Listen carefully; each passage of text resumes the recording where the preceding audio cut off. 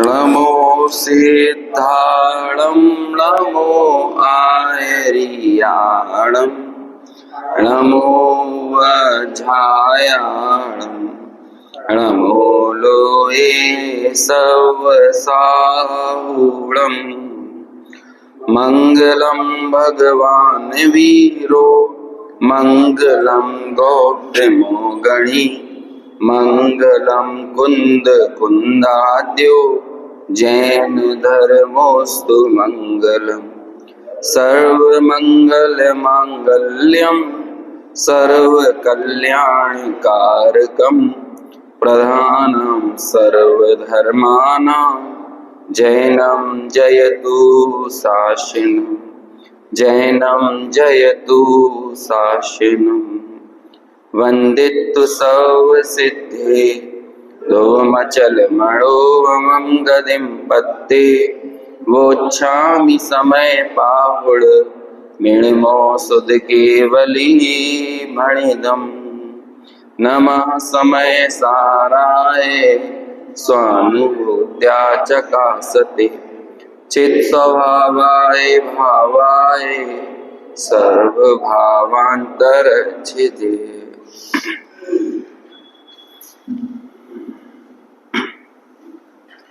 गाथा 23, 24 और 25 की टीका पूर्ण करने के बाद अब अमृत चंद्राचार्य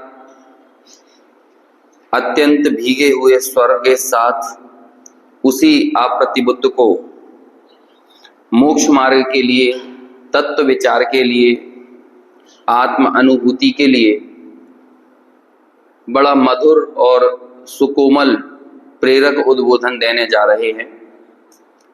कलश क्रमांक 23 है। समय सार का एक ऐसा कलश है कि जिसे हम सभी ने कभी ना कभी, कहीं ना कहीं, किसी न किसी से सुना ही होगा।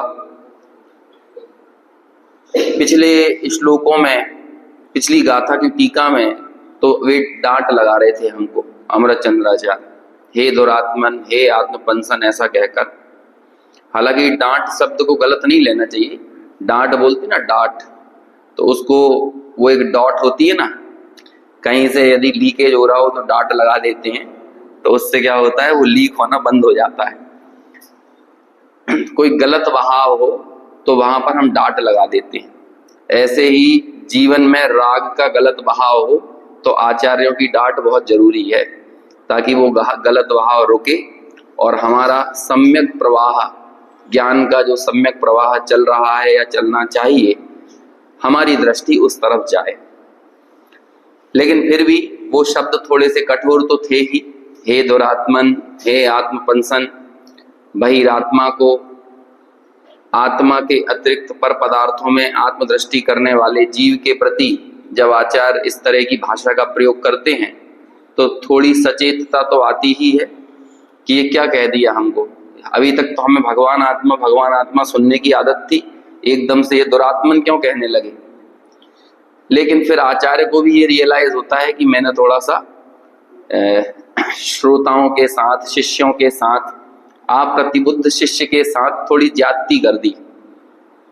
इसलिए अब वे बड़े मधुर सुकोमल संबोधन के साथ उसे कहते हैं कि भाई, मेरा तो कोई स्वार्थ है नहीं, तुम यदि मोक्ष मार्ग में लग जाओगे तो। अमृतचंद्राचार्य अपने लिए तो कहते हैं कि देखो, मुझे तो मोक्ष जाना ही है ना, गारंटी है। और उन्होंने इस बात की तो घोषणा की है प्रवचन सार की टीका में। वो यहां से शुरू करते हैं, अहम एष मोक्षाधिकारी। 200वें नंबर की गाथा की टीका है प्रवचन सार की। ऐसा कहते हैं कि मैं हूं मोक्ष का अधिकारी। कौन जाएगा कौन नहीं जाएगा मुझे नहीं मालूम, लेकिन मैं तो जाऊंगा। जब अपने प्रति इतना कॉन्फिडेंस है उन्हें, तो उन्हें तो सातों तत्वों का भली भांति निर्णय है। और वो कहते हैं भैया, जब हम नहीं जाएंगे तो कौन जाएगा। तो भाषा ही ऐसी शुरू करी, कोई अहंकार की भाषा नहीं है, भरोसे की भाषा है। क्योंकि उस 200वें नंबर की गाथा की टीका के बाद एक सामान्य जो पूरा प्रवचन सार समझ चुका है, ऐसे शिष्य को अब कहते हैं कि अब तुम्हें प्रवचन सार समझ में आ गया ना, तो अब एक काम करो, अब श्रामण्य अंगीकार करो। तो अब उस श्रामण्य अंगीकार करने के लिए किसी का हाथ पकड़कर अपनी तरफ लेके आ रहे हैं, तो हाथ हम उसी को तो देंगे जो खुद मोक्ष में आगे जाने वाला हो। हर किसी को थोड़ी दे देंगे हम। तो पहले अमृत चंद्राचार्य भरोसा दिलाते हैं कि आओ, मैं तो मोक्ष जाऊंगा, तुम्हें चलना हो तो आओ, हाथ पकड़ो और चलो हमारे साथ। और फिर उसके बाद वाली गाथा की टीका में ऐसा बोलते हैं, तुम मोक्ष मार्ग में आगे तो बढ़ो, मोक्ष मार्ग के प्रणेता लो हम ये खड़े हैं, ऐसा कहते हैं। हम तो खड़े हैं, जैसे बच्चे को साइकिल चलाना सिखाते हो तो बोलते हैं ना, तू पैडल तो मार, हम तो खड़े हैं, दिक्कत क्या है। ऐसे ही वो शिष्य को बोलते हैं कि तुम मोक्ष मार्ग में आगे तो बढ़ो, हम तो खड़े हैं। ऐसे ही अमृत चंद्राचार्य पहले तो कहते हैं अहम एष मोक्षाधिकारी, देखो मैं हूं मोक्ष का अधिकारी, मेरी तो रजिस्ट्री है मोक्ष में। तुम लोगों को भी वहां पर अपना आलय बनाना है, निवास स्थल सुनिश्चित करना है, तो तुम भी चलो हमारे साथ। अभी कोई चलने को तैयार हो जाए तो बढ़िया है, और नहीं चले तो फिर अब उसकी क्या कर सकते हैं। ऐसे ही यहाँ पर भी आचार्य अमृतचंद्र कहते हैं, देखो वो तो क्या करें, हमारी छठवें गुणस्थान की भूमिका में ऐसा राग उमड़ घुमड़ के आ रहा है और आए बिना रहता नहीं है। हम हमारे गुरु के प्रति हमारा कृतज्ञता बोध कैसे हम जाहिर कर सकते हैं। हमने यदि किसी से कुछ सीखा है तो हम कैसे जाहिर कर सकते हैं। उसे जाहिर करने का एक ही तरीका, हमारे गुरु तो चले गए, कुंदकुंदाचार्य तो 1000 साल पहले हो गए। अब अमृत चंद्राचार्य को वो तत्व जो कुंदकुंदाचार्य से मिला था, उसे वो कैसे कृतज्ञता चुकाएं अपने गुरु के प्रति। तो वो चुकाने का एक ही तरीका होता है। देखो, कुंदकुंदाचार्य ने यदि ना लिखा होता ये, तो अमृत चंद्राचार्य को कैसे मिलता। अब अमृत चंद्राचार्य यदि इसको आज की भाषा में और विस्तार से और सरलता से समझाने का प्रयास ना करते तो नई पीढ़ी तक ये बात कैसे पहुंचती। तो गुरु के प्रति कृतज्ञता ऐसे ही चुकाई जा सकती है कि जो तत्व हमें मिला है ना, उसे हम यथा योग की भूमिका के अनुसार 4 लोगों तक और पहुंचाएं। यही उनकी कृतज्ञता है। अब गुरु तो चले जाते हैं, गुरुदेव चले गए, जीवन भर छोटे दादा ने वही काम किया है ना। अभी क्या कर सकते थे, गुरुदेव तो चले गए 40-45 साल पहले। तो अब उन्होंने क्या किया, उनको जीवित रखने का, इस तत्व को जीवित रखने का दूसरा तरीका क्या है। यही तो काम है ना कि हम इसे आगे बढ़ाएं। एक बार की बात है, हम इंदौर गए, छोटे ही थे जब, है ना, कोई शिविर वगैरह लगा हुआ था। तो वहां पे अब कई बार व्यवस्थाओं में ऊंच नीच तो हो ही जाती है, और अपनी भी नई नई उम्र हो तो थोड़ी सी जरा में से ताव सा आ जाता है ना। और ऐसा लगना, देखो कि लोगों को इतना ही भरोसा नहीं, इतनी भयंकर गर्मी हो रही है और कूलर ही काम नहीं कर रहा है, पंखे ही नहीं चल रहे हैं, है ना, लेटने सोने के लिए अच्छी व्यवस्था नहीं है, हमें ऐसा कोई नहीं सुनाना है, ऐसे हम तो जा रहे हैं अपने वापस। तो जब इस तरह की बात की तो हमारे एक सीनियर थे, एक रितेश जी सनावत हैं, सनावत के हैं, पहले बाल संस्कार शिविरों में बहुत मतलब लगातार बहुत काम किया करते थे। उन्होंने कहा, देखो ऐसा भावना मत रखना, ये जिन लोगों को हम सुना रहे हैं ना, हम टोडरमल स्मारक में इसी पूरी समाज के पैसे से पढ़ के आए हैं। यदि ये पूरी समाज के अंदर ये भाव नहीं आया होता तो हम लोगों को ये ज्ञान अर्जन कहाँ से होता। तो ये कोई समाज के प्रति हम उपकार नहीं कर रहे हैं किसी भी तरह का, ये तो हम स्वयं जो हमारे ऊपर उपकार हुआ है ना, उससे यथा योग्य थोड़े से उपकृत्य होने का या उस कृतज्ञता को चुकाने के लिए हम कुछ थोड़ा बहुत योगदान दे रहे हैं। नहीं तो हम क्या कर पाने वाले हैं। जो हमें हमारे गुरुओं से मिला है, हमारे गुरुओं को उनकी परंपरा से मिला था, अभी यदि इसके प्रति हमारे मन में हीनता बोध आ जाएगा तो ये ग्रांटेड चीज नहीं है, हर किसी के पास नहीं आती है। ऐसे तो दुनिया भर में बाकी तो बहुत सब चल रहा है, खाने का विज्ञापन बहुत हो रहा है, घूमने का विज्ञापन बहुत हो रहा है, पैसे कमाने की बहुत विज्ञापन किए जा रहे हैं। लेकिन हमें यदि कहीं से एक परंपरा से वो तत्व ज्ञान मिला है, यदि यही तत्व ज्ञान हम 4 लोगों तक ना देंगे तो इसमें ये मत सोचो कि 4 लोगों पर तुम उपकार कर रहे हो। तुम खुद अपने ऊपर जो उपकार हुआ है ना, उससे उऋण होने के लिए 4 कदम थोड़ा सा आगे बढ़ने का प्रयास करें। उऋण तो हो नहीं सकते। ये जिनवाणी मिली है वो जिस भी निमित्त से मिली है, उन निमित्तों से हम उऋण तो हो ही नहीं सकते। यदि उऋण होने का कोई तरीका वास्तव में है तो स्वयं आत्मानुभूति करके मोक्ष चले जाए, बाकी तो उऋण नहीं हुआ जा सकता है। क्योंकि इस मरुस्थल में ये जो कल्प वृक्ष मिला है जिनवाणी का, इससे उऋण होने का क्या तरीका हो सकता है, कैसे किस निमित्त से हम होंगे। तो ऐसे ही अमृत चंद्राचार्य भी कई बार हमारे सामने कठोर शब्दों का प्रयोग करते हैं, इसमें उनका क्या स्वार्थ, और कई बार अत्यंत सुकोमल संबोधन के साथ हमें उस मार्ग में प्रवर्ताने का प्रयास करते हैं। तो अभी उन्हें तुरंत इस बात की सचेतता पैदा होती है कि मैंने देखो अभी पिछली वाली गाथा की टीकाओं में मैं क्या क्या बोल के आ गया इन लोगों से, हालांकि वो भी भले मन से ही कहा है, उसका उद्देश्य भी कोई गलत नहीं था, लेकिन फिर भी रियलाइज तो हुआ। तो अब अगला जो कलश शुरू करते हैं वो संस्कृत का सबसे सुकोमल संबोधन है, और वो नेचुरल संबोधन है, उसका कोई अर्थ नहीं होता, वो करुण रस से भीगा हुआ सबका संबोधन है। हम और आप यदि भाषा नहीं जानते हो ना, तब भी हमें ये संबोधन निकलेगा। कोई तमिलनाडु का हो कि नॉर्थ इंडिया का हो कि साउथ इंडिया का हो कि ग्रीस का हो कि चाइना का हो, यदि उसे चोट लगेगी तो तुरंत क्या बोलेगा? यदि अंदर से यदि थोड़ा सा भी भीगे हुए चित्त से कोई झटका लग जाए, है ना, या किसी की कोई दयनीय स्थिति को देखकर अंदर में यदि परिणाम भीग जाए तो क्या बोलेगा? या तो बोले अरे रे, या आई, अरे रे बोलेगा ना। अभी अरे रे का क्या अर्थ होता है बताओ? कोई अर्थ नहीं होता। अरे रे तो अंदर से निकलने वाला शब्द है, अरे रे, है ना। अब या जो भी जहां पे जो चलता हो, इतना नेचुरल, इसका कोई अर्थ नहीं है। इस अरे रे के पीछे जो भावना छुपी हो ना, वो भावना की कीमत है। अरे रे का क्या अर्थ होगा? ऐसे ही आई शब्द का क्या अर्थ होगा? आई शब्द का कोई अर्थ नहीं है। आई शब्द तो करुण रस से भीगा हुआ संबोधन है बस। और बस उस संबोधन के साथ अब अगला कलश शुरू कर रहे हैं। पहले अपन ये कलश पढ़ते हैं, इसका अनुवाद पढ़ते हैं और उसके बाद फिर इस पर चर्चा करेंगे। आई कथमपि मृत्वा तत्व कौतूहली सन,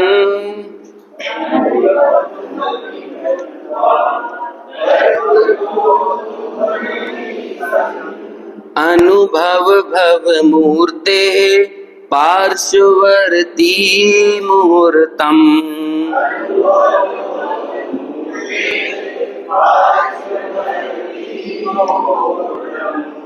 प्रथगथ बिल संतम स्वम समालोक्य येन,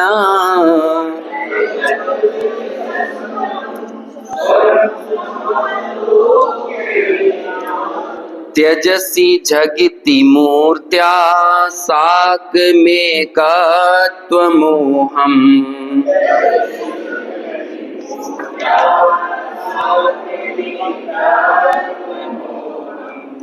देखो क्या कहते हैं, इसका अनुवाद और पढ़ता हूं मैं इस अनुशीलन में, पेज नंबर 259 है ना। डॉक्टर साहब ने जो इसका अनुवाद किया है, निज तत्व का कौतूहली अर्पणोसी बन देह का, हे आत्मन जैसे बने अनुभव करो निज तत्व का। जब भिन्न पर से सुशोभित लख स्वयं को तब शीघ्र ही तुम छोड़ दोगे देह से एकात्व के इस मोह को। क्या कहते हैं? आई कथमपि मृत्वा, अरे कथमपि यानी किसी भी प्रकार से, और किसी भी प्रकार का एक्सट्रीम लेवल क्या होता है? मौत की कीमत पर भी। अब मरने से बड़ा तो कोई काम नहीं होता ना दुनिया में। सबसे बड़ा एक्सट्रीम लेवल का कुछ भी करना क्या होता है? मौत की कीमत पर भी। तो कोई व्यक्ति ये सवाल खड़े कर सकता है, भले मौत की कीमत पे कोई काम किया जा सकता है? कईयों लोग कर रहे हैं, हर रोज कर रहे हैं। मौत की कीमत पर भी पैराग्लाइडिंग करते हैं कि नहीं? पैरा क्लिम्बिंग, पैराग्लाइडिंग, लेकिन नहीं, once in a lifetime experience, ऐसा बोलते हैं ना। अब जिंदगी में एक बार तो ये अनुभव करना ही चाहिए, लेकिन भैया ऐसे हमें लगता तो है कि ये once in a lifetime experience है, लेकिन ऐसा कोई एक्सपीरियंस, कोई अनुभव नहीं है जगत का जो हमने अनंतों बार ना किया हो। हमें हमारी सिर्फ ये पर्याय दिखती है, आचार्यों को हमारा अनंत काल दिखता है, और आचार्य उस अनंत काल को देखकर कहते हैं कि वाकई में तुमने जो अनुभव आज तक नहीं किया ना, वो सिर्फ एक ही है। हमने अपने ही अनुभव नहीं किया, बाकी तो सब किया है। तो हम मौत की कीमत पर बहुत कुछ कर रहे हैं। आप मुंबई चले जाओ, लोग पर डे 1-1 घंटे तक ऐसे एक हैंडल पकड़ लेते हैं और ट्रेन के बाहर निकले खड़े रहते हैं ऐसे, और रोज की 20-25 घटनाएं होती भी हैं, है ना, 15-20-25 जो भी घटनाएं वहां होती भी है। हालांकि वो ऐसा कहते हैं रोज की या हफ्ते की जो भी है बाकायदा होती है, लेकिन वो ऐसा मान के चलते हैं कि अनुपात कितना कम है।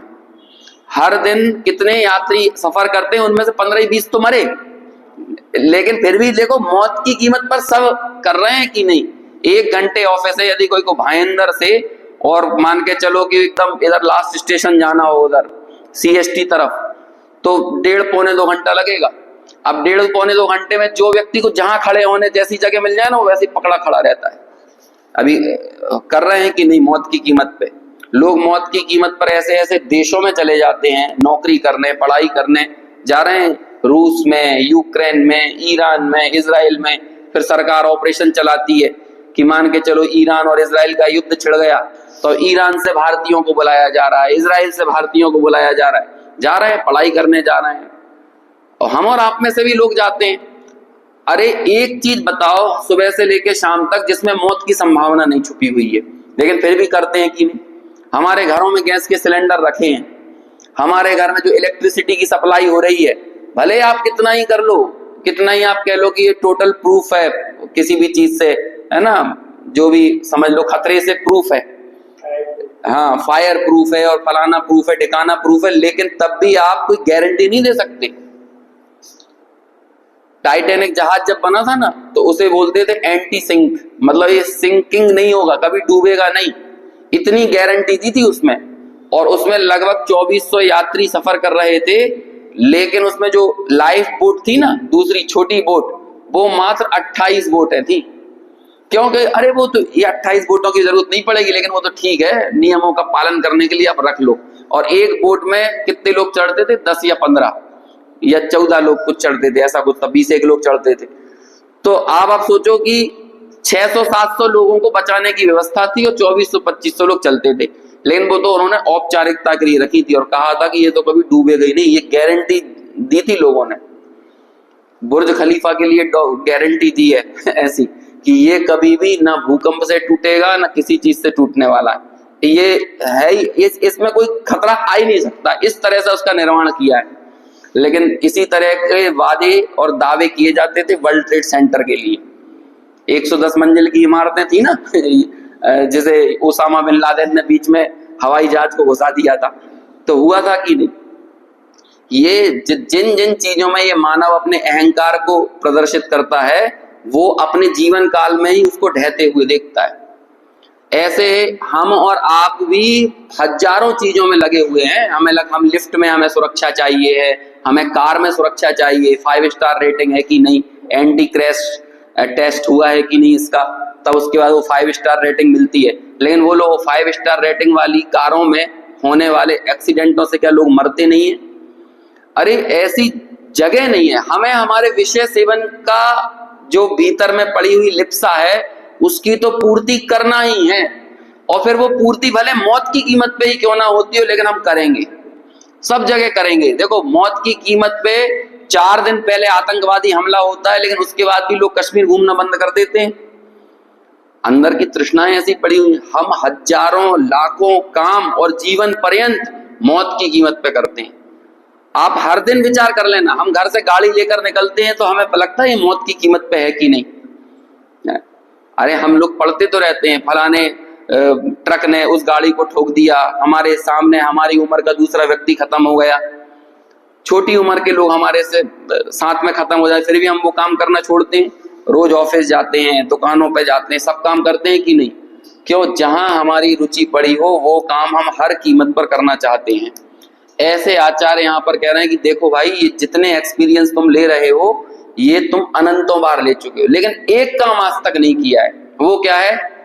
तत्व के कौतूहली। अब ये कौतूहल शब्द के भी अलग अलग अर्थ होते हैं। एक तो कौतूहल मतलब होता है भी ऊधम मचाना, धूमधाम मचाना, बच्चे करने लगते हैं ना ज्यादा मस्ती गदर, तो हम बोलते ज्यादा कौतूहल मत मचाओ। लेकिन एक कौतूहल का मतलब होता है जिज्ञासा, भीतर में एकदम ऐसी, क्या करें, अमेजन के पार्सल आते हैं तो कौतूहल हो जाता है, फ्लिपकार्ट के पार्सल आते हैं तो कौतूहल हो जाता है, अरे गिफ्ट आया है, गिफ्ट आ गया, मोबाइल आ गया, नया आईफोन आ गया है। कि आईफोन वाले क्या करते हैं अपनी मार्केटिंग, जब भी कोई नया मॉडल लॉन्च होता है तो वो ये करते हैं कि जो इस पहले मॉडल को खरीदेगा उसका नाम वो आईफोन के, एक उन्होंने टावर बनाया बड़ी कंपनी में, जहां भी वहां पर पहला मोबाइल खरीदने वाला आईफोन का नए मॉडल का जो भी खरीदेगा उसका नाम हमेशा हमेशा के लिए दर्ज हो जाएगा कि एप्पल आईफोन को कब 5वें नंबर का फोन किसने खरीदा सबसे पहले, 6वां किसने खरीदा, तो पहला व्यक्ति उसका नाम दर्ज होता है। तो जब जैसे आईफोन 17 लॉन्च होता है तो वो बिल में पहला नाम आएगा ना आईफोन 17 का, उसका नाम दर्ज हो जाएगा। अब जिन लोगों को जीवन में कुछ अर्जित नहीं करना है वो यही अर्जित करना चाहते हैं कि उनका नाम कहां पर दर्ज हो जाए, वो पहले परचेजर के रूप में। अरे उपभोक्ता हो तुम, उपभोक्ता, उपभोक्ताओं में अपना नाम दर्ज कराकर क्या मिल जाएगा? कोई क्रिएटर तो नहीं हो, कोई रचनाकार बन के अपना नाम दर्ज कराए। ऐसे ही लोगों को अनुयायी बनने में, अपना नाम दर्ज कराने में बड़ा मजा आता है। हमारे आचार्य भगवान बनाने की बात करते हैं और हमें लगता है हम इसके सबसे बड़े फैन हैं। अरे तो फैन ही तो हो, पंख ही तो हो जो इधर उधर घूमते रहते हो, और क्या है। और ये फैन वाकई में ऐसे होते हैं, इनका कोई ठिकाना नहीं है, कल वो इसके फैन होंगे, परसों किसी और के हो जाएंगे।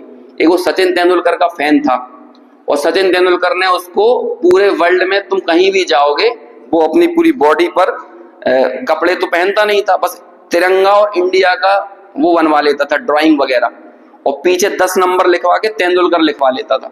तो वो सबसे फास्ट फ्रेंड था और उसकी बातें सुनो तो नितांत मूर्खों जैसी बातें करता है वो, लेकिन क्या है जिंदगी में उसकी उपलब्धि क्या है कि वो फैन है। क्या उसका नाम भी शायद आपको पता होगा, क्या नाम था, नहीं है वो एक, उसका नाम है ऐसे ही कुछ नाम है, सुशील उशील नाम है उसका, है ना।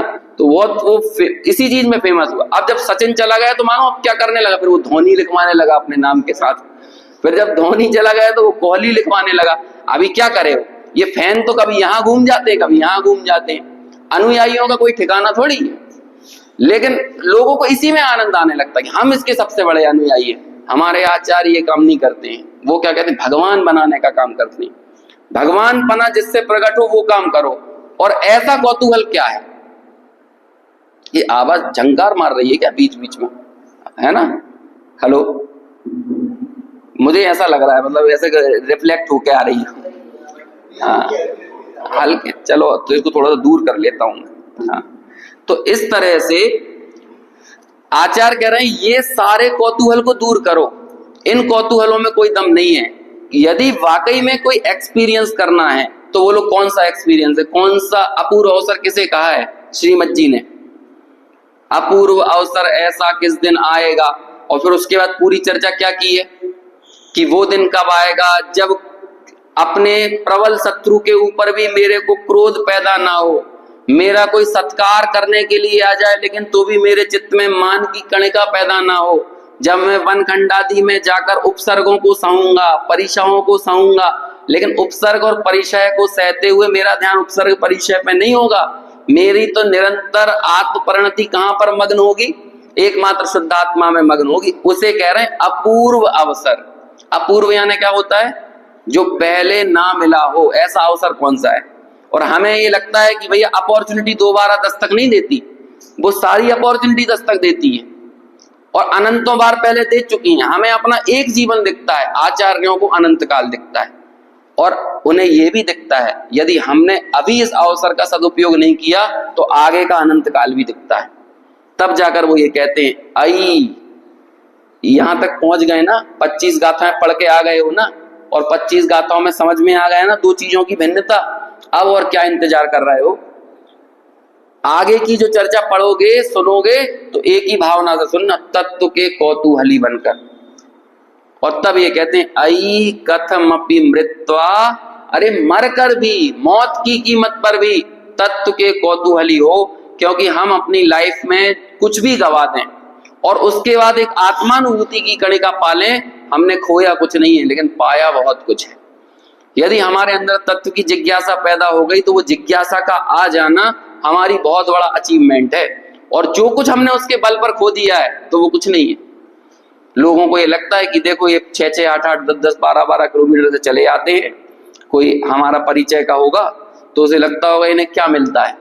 अब उन्हें वो 12 किलोमीटर पेट्रोल दिखता है ना, 10-12 किलोमीटर में चलने वाला पेट्रोल दिखता है, लेकिन हमें क्या दिखता है, हमें तो वो परिणति दिखती है कि जितनी देर हम यहाँ पर रहे उस काल में हमारी परिणति का मूवमेंट कहाँ पर चल रहा है, वो किस तरह किस दिशा में काम कर रही है, किस तरह के संस्कार पक रहे हैं।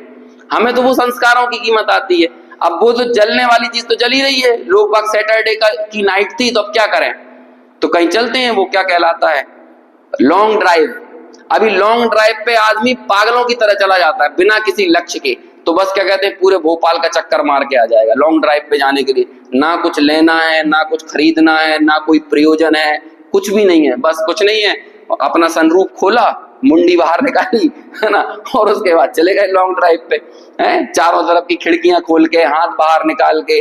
और ये देखो नए नए लड़के वगैरह कॉलेज के, स्कूलों के, वो लड़के ही नहीं करते, बड़े बड़े उम्र के लोग भी कर रहे हैं, है ना, वो सब भी कर रहे हैं। बस कुछ नहीं, लॉन्ग ड्राइव, थोड़ा सा मौसम सुहाना होता है तो कुछ नहीं, चलो लॉन्ग ड्राइव पे चलते। कहाँ चले, जहां थोड़ी सी हरियाली हो, क्योंकि अनंत काल एक इंद्रिय पर्याय में बीता है तो आकर्षण भी एक इंद्रिय जीवों में ही रहता है ना। तो जहां हरियाली हो, जहां झरने हो, जहां पानी हो, तो हमारे नेचुरली हमें कौन सी चीज अट्रैक्ट करेगी, वही अनादिकालीन संस्कार। तो ये यहाँ पर तो हमारा जो बर्बाद होता है तो वो हमें कुछ नहीं लगता, उसके बाद लौट के आके कहते हैं वाह आज तो मजा आ गया। तो 4 घंटे विशुद्ध रूप से बर्बाद करके आया है, और वो काम भी मौत की कीमत पे करके आया है। ये जो सनरूफ की व्यवस्था है ये अलाउ नहीं है, ये इसकी परमिशन नहीं है आपके लिए, लेकिन लोग मुंडी बाहर निकालते, क्योंकि अब किसी चीज की परमिशन तब नहीं होती जब खतरा होता है, लेकिन तब भी लोग अपना सिर बाहर निकालते हैं कि नहीं, बोलो मौत की कीमत पे निकालते हैं या नहीं। और हमारे यहाँ वो परंपरा है ही नहीं। सनरूफ तो देखो ये यूरोपियन कंट्री की व्यवस्था, जहां पे धूप नहीं मिलती तो वो धूप का कण कण सहेज के रखना चाहते हैं। तो अब वो कभी कभी धूप निकली, अब उसमें भी आप गाड़ी के अंदर बंद हो गए और विटामिन डी आपको मिल नहीं रहा, तो वो यूरोपीय देशों के अंदर वो व्यवस्था है कि भैया चलो आज धूप निकली है तो सनरूफ खोलो तो थोड़ी धूप अंदर आ जाए। हमें बाहर निकलने के लिए नहीं है वो सनरूफ, है ना, धूप को अंदर लाने के लिए है। लेकिन हम तो धूप से इतने घिरे रहते हैं इतने ज्यादा घिरे रहते हैं कि हमें तो धूप से बचना होता है। लेकिन फिर भी ये काम भी आदमी मौत की कीमत पे कर रहा है। सिग्नल तोड़ के जाते हैं कि नहीं, हफ्ते में हम लोग कितनी बार तोड़ते हैं, 1-2 बार तो तोड़ ही देते होंगे। अभी मालूम नहीं है कि इसके बाद कहाँ जाना है, कई बार तो मैं ही तोड़ देता हूँ जब मुझे यहाँ आने के लिए लेट होता है, तो क्या करें, है ना, तो देखा कि हाँ 5 सेकंड बचे, 10 सेकंड बचे, अब एक बार एकदम से वो लाल लाइट जलने वाली है और कई बार जल जाती है, लेकिन फिर अपन तेजी तेजी में बाहर निकाल के लेके आ जाते हैं। तो क्या है, मौत की कीमत पर भी सब काम कर रहे हैं कि नहीं कर रहे हैं। ऐसे ही आचार्य कहते हैं कि इन सब चीजों में तो जितना एक्सट्रीम लेवल की हमारी रुचि पड़ी हुई है ना, कौतूहल पड़ा हुआ है, एक बार ऐसा कौतूहल काय के लिए अपना प्रकट करो, तत्व के कौतूहली हो जाओ। और तत्व एक ही होता है, बाकी तो उसी एक तत्व का एक्सटेंशन है, एक ही जीव तत्व है, यही तत्व है तत्व। आत्मा का कौतूहली होने वाला बाकी तत्वों को अपने आप श्रद्धान कर लेता है। जिसे आत्मा की रुचि नहीं हो, जिसे स्वसन्मुखता नहीं हो, आचार्य ने पहले जो दुरात्मन शब्द किया ना, आत्म सन्मुख जीव के लिए तो कर नहीं सकते, ये तो किसके लिए किया है, जो आत्म सन्मुख नहीं है उसके लिए किया है दुरात्मन का प्रयोग, आत्मपंसन का प्रयोग। यहां पर तो कहते हैं तत्व के कौतूहली हो जाओ। अभी क्या, मैं जो कौतूहली शब्द का अर्थ बताने के लिए मैं आपको पहले बनारसी दास जी का छंद और पढ़ दूं। निकालिए आप इसमें पेज नंबर 262। कौतूहली शब्द का मजा लिया बनारसी दास जी ने, 262 नंबर का पेज है इसमें, जो अभी आपने पढ़ा था ना उसके 2 पेज आ गई। अब बनारसी दास जी ने भी आई शब्द का जो है ना, आई मिल गया 260, इसमें नहीं, अनुशीलन में, हाँ अनुशीलन में आई शब्द की करुणा को बनारसी दास जी ने भी अपने अंदर उतार लिया। और यूपी बिहार में सबसे कोमल संबोधन होता है भैया, है ना, सबसे प्यारा और कोमल संबोधन क्या है यूपी बिहार में, भैया, है ना। और बनारसी दास जी कहाँ के थे, यूपी के थे, ब्रज के थे, तो ब्रज में सबसे कोमल संबोधन क्या होगा।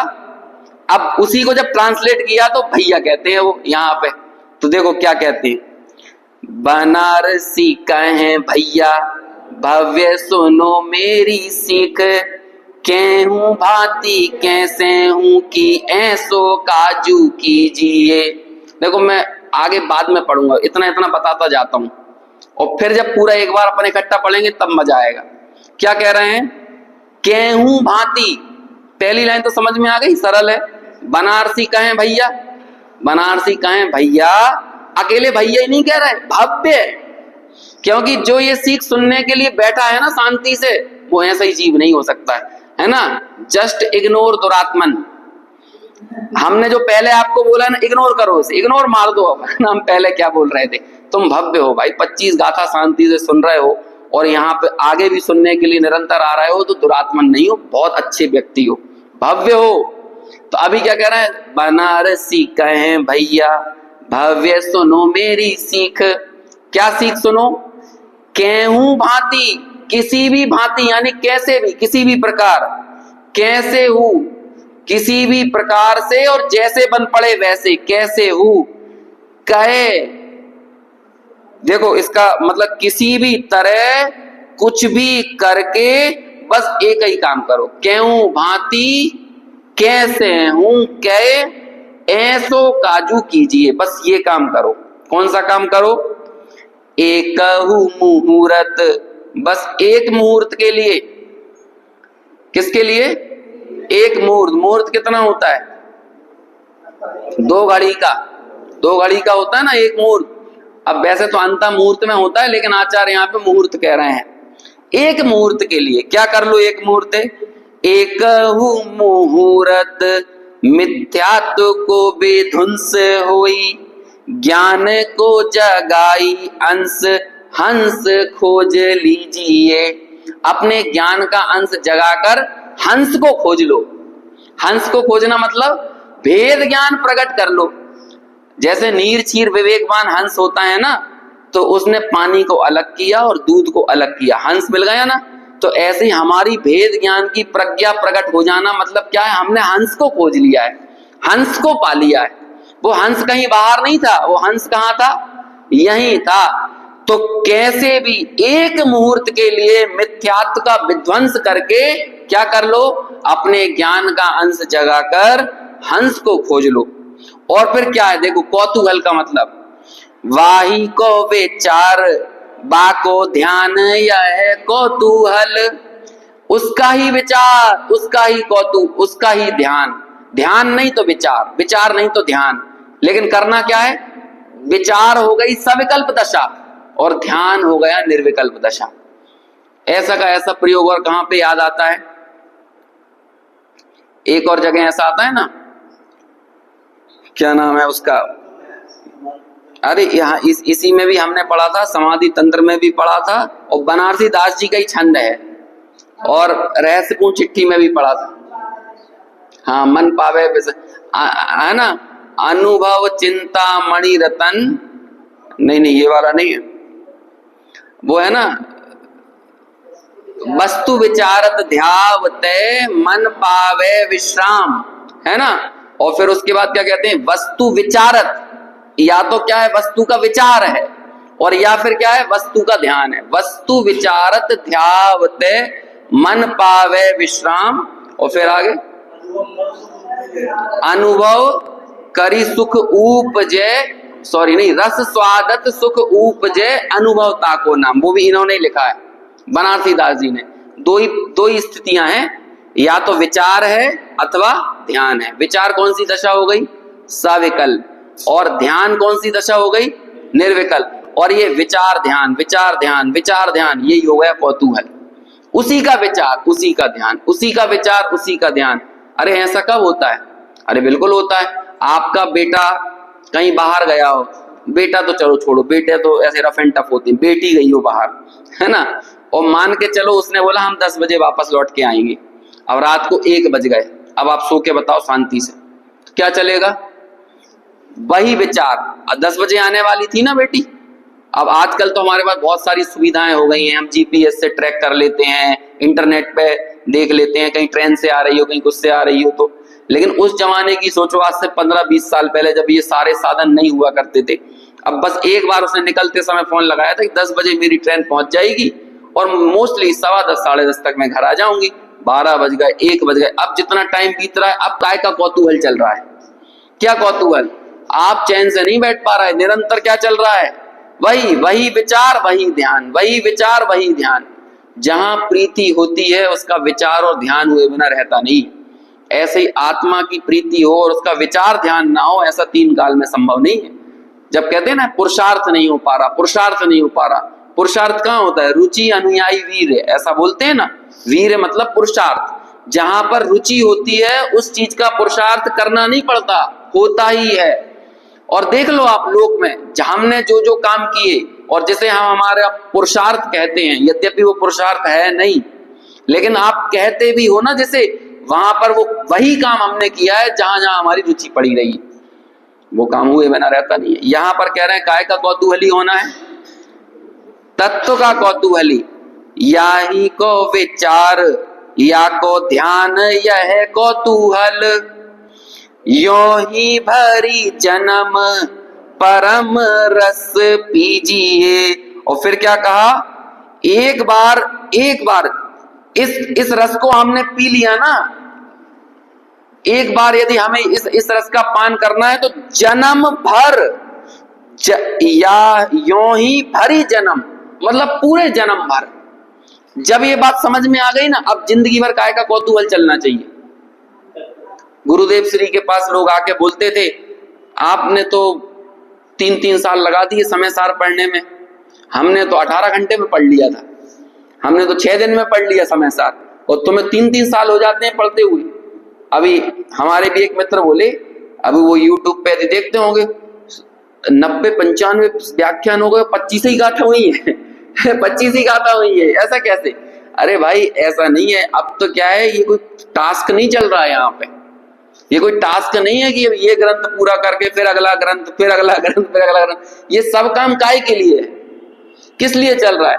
यदि समय सार पढ़ के तत्व के कौतूहली नहीं हुए, यदि समय सार पढ़ते हुए हमें अपने में आनंद नहीं आने लगा, हम अपने साथ समय बिताना नहीं सीख पाए, अपने प्रति हमारे भीतर कोई रुझान पैदा नहीं हुआ, तो हमने क्या समय सार पढ़ा? ये कोई पाठ्यक्रम चल रहा है, वो सब तो हम पढ़ के आ गए। अब जिंदगी के किसी पड़ाव पर आकर तो रेस नहीं लगाना है, थमना सीखना है, ठहरना सीखना। अब ठहरने के लिए ये सारी चीजें क्या कह रहे हैं? यों ही भरी जन्म। अब तो पूरा जन्म लगा दो इसमें, और क्या करना है जन्म लगा के? और जीवन लगाना पड़ता है एक एक काम में, इतना हल्का मत मानो। बांसुरी बजाने वाले ने जीवन लगाया तब जाके हरि प्रसाद चौरसिया बना है, एक बांसुरी में जीवन लगाया है। बीणा बजाने वाले ने जीवन लगा दिया बीणा बजाने में। देख लो आप, जितने भी लौकिक में भी जितने लोगों की तरक्कियां उन्नतियां दिखती है ना, जिस जिस क्षेत्र में, उन्होंने उस काम में जीवन लगाया है।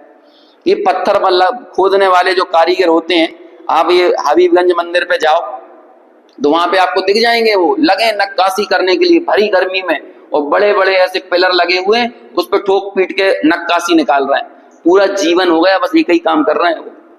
तो जब आचार्य यहाँ पर ये कहते हैं जन्म लगा दो तत्व का कौतूहली होने के लिए, तो कोई गलत बात कर रहे हैं। हमने इतना इसको सेकेंडरी क्यों मान लिया है?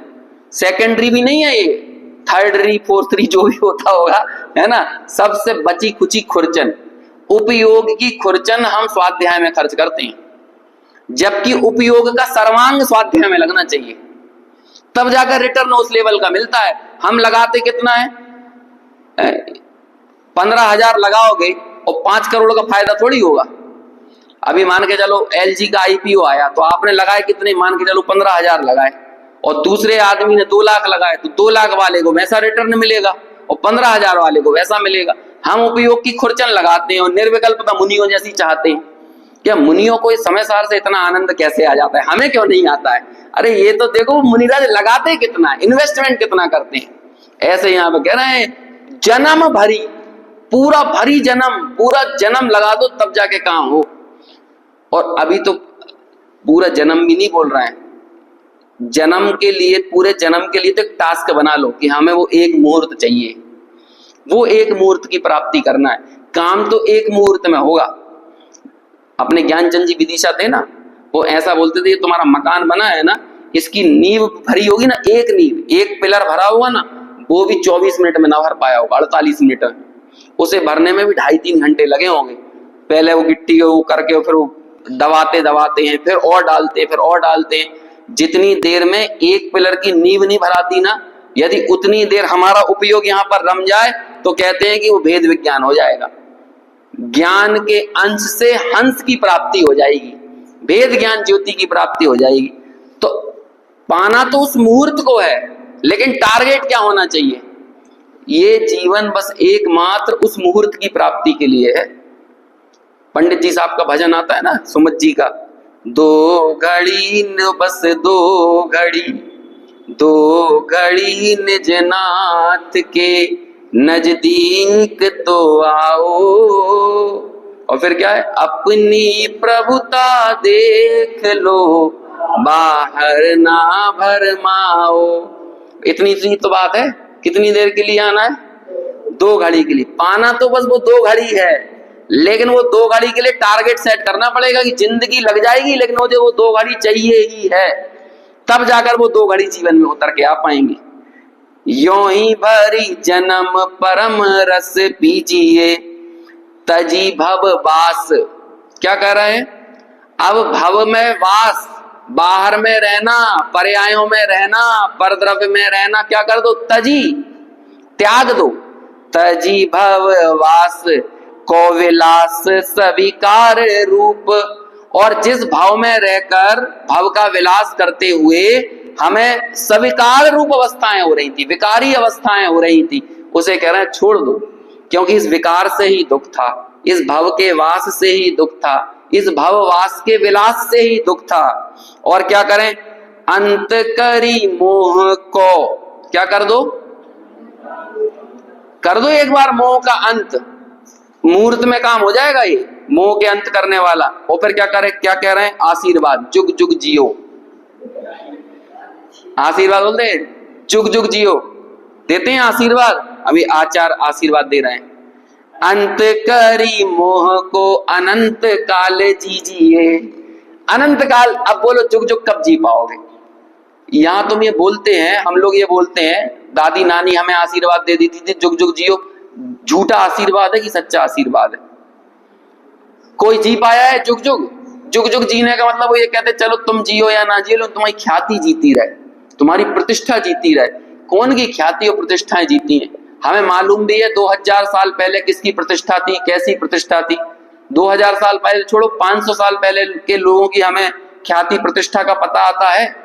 कोई नहीं है। कभी कभी हम देख लेते हैं हिस्ट्री में, तो भी हम कभी अनुमान नहीं लगा पाते कि इस व्यक्ति की क्या ख्याति और प्रतिष्ठा रही होगी। ये झूठी बातें हैं, कोई नहीं जी पाता जुग जुग। लेकिन एक तरीका है जुग जुग जीने का, अनंत काल के लिए जीने का एक ही तरीका है कि हम इन सर्व द्रव्य कर्म, मोह कर्म, भाव कर्म आदि कर्मोपादियों से रहित होकर एक बार सुखामृत का पान करके सिद्धत्व की प्राप्ति कर ले, तो जुग जुग जियो, अनंत काल जीजिए। अब हो गई ना, एक मुहूर्त यहां मिला था, लेकिन उस एक मुहूर्त का आशीर्वाद क्या मिल गया? इसे कहते हैं सम्यक ज्ञान की कोख में केवल ज्ञान पलता है। सम्यक ज्ञान माँ है, केवल ज्ञान बच्चा है। समझ में आया? एक बार हमने क्या किया? ज्ञान का अंश प्रकट करके हंस को पा लिया। हंस को पा लिया मतलब वो नीर चीर विवेकवान बुद्धि को पा लिया। तो वो बुद्धि किसको बुला लाएगी? केवल ज्ञान को। हमें केवल ज्ञान की कीमत आती है, भेद ज्ञान की कीमत नहीं आती। लेकिन आज तक जितने केवल ज्ञानी हुए हैं वो किसके बल पर हुए? एकमात्र भेद ज्ञान के ही बल पर तो हुए। यही तो हम पढ़ते हैं ना, भेद विज्ञानता सिद्धा, सिद्धा ये किल केचना, अस्य भावतो बद्धा, बद्धा ये किल केचना।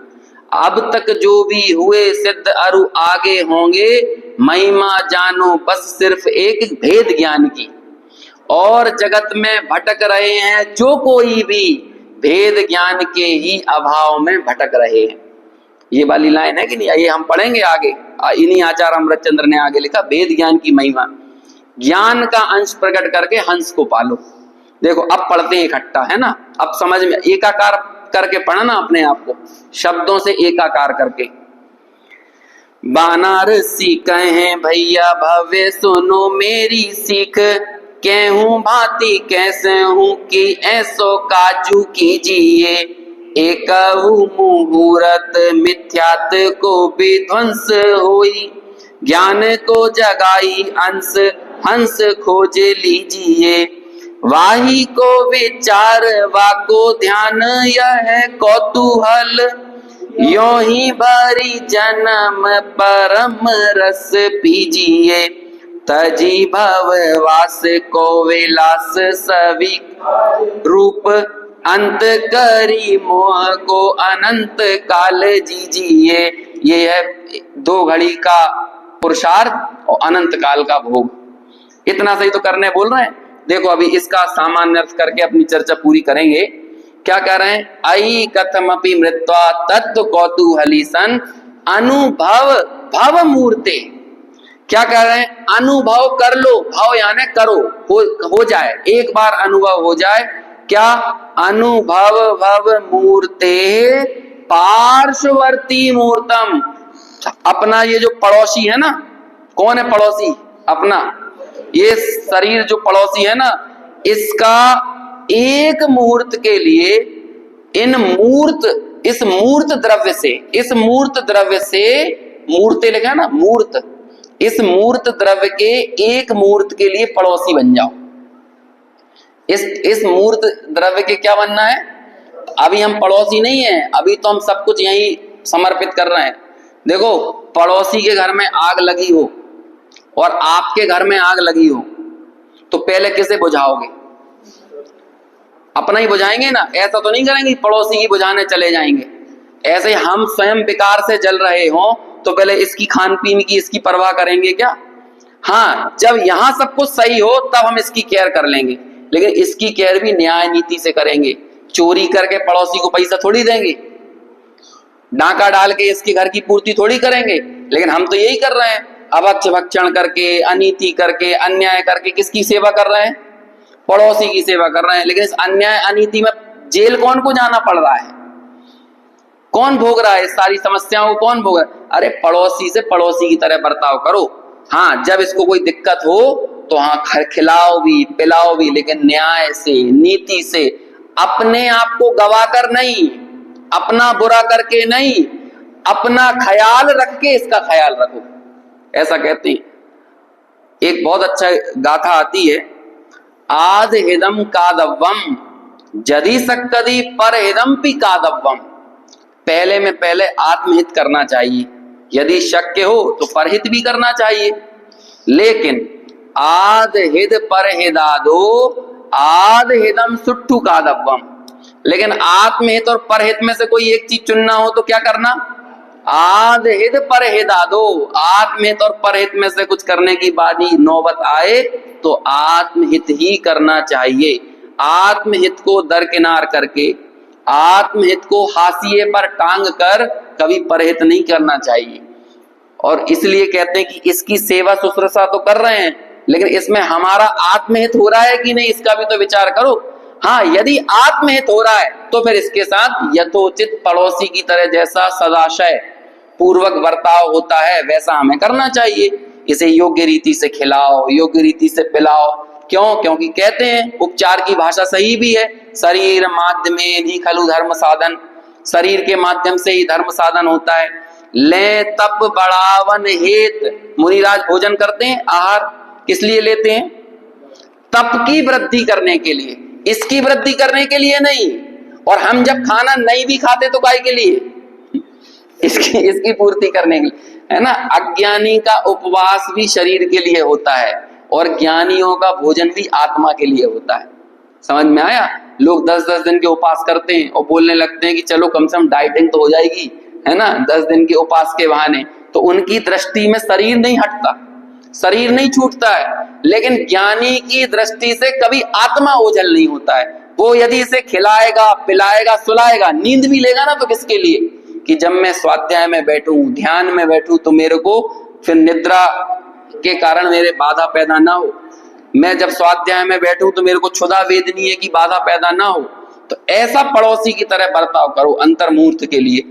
अब अंतर्मूर्त के लिए करोगे तो ऐसा नहीं कि अंतर्मूर्त बाद उसे पकड़ लेंगे। अंतर्मूर्त के लिए जब बर्ताव करोगे ना, तो जिंदगी भर से पड़ोसी ही मानने वाले हो।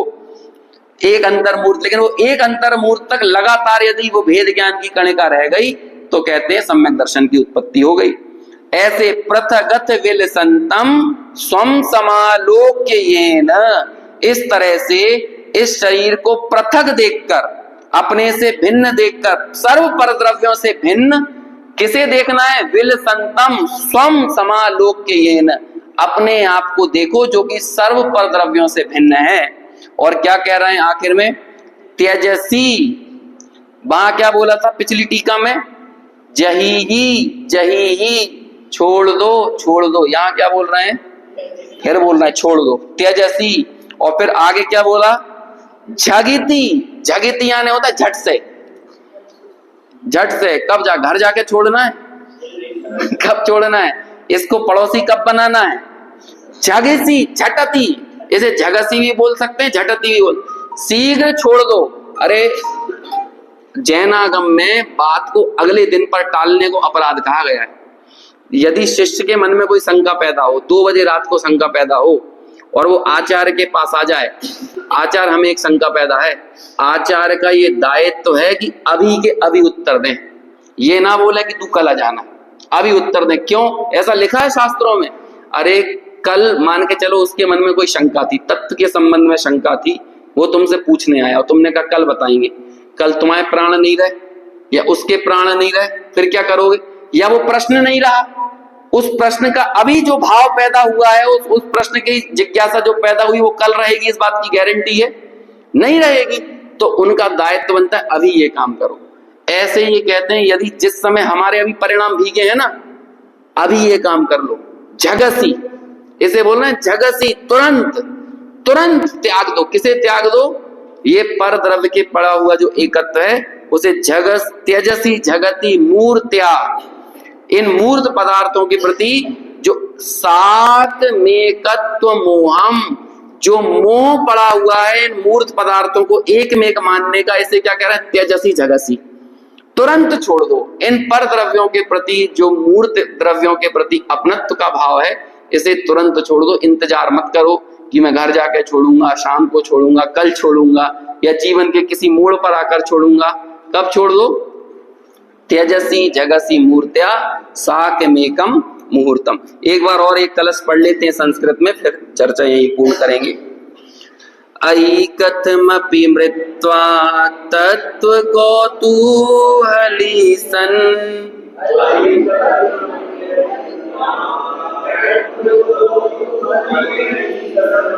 अनुभव भव मूर्ते पार्श्ववर्ती मुहूर्तम।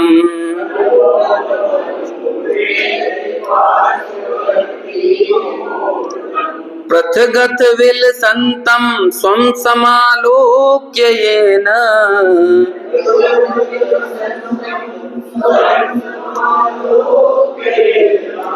त्यजसि जगति मूर्त्या साकमेकत्वमोहम्।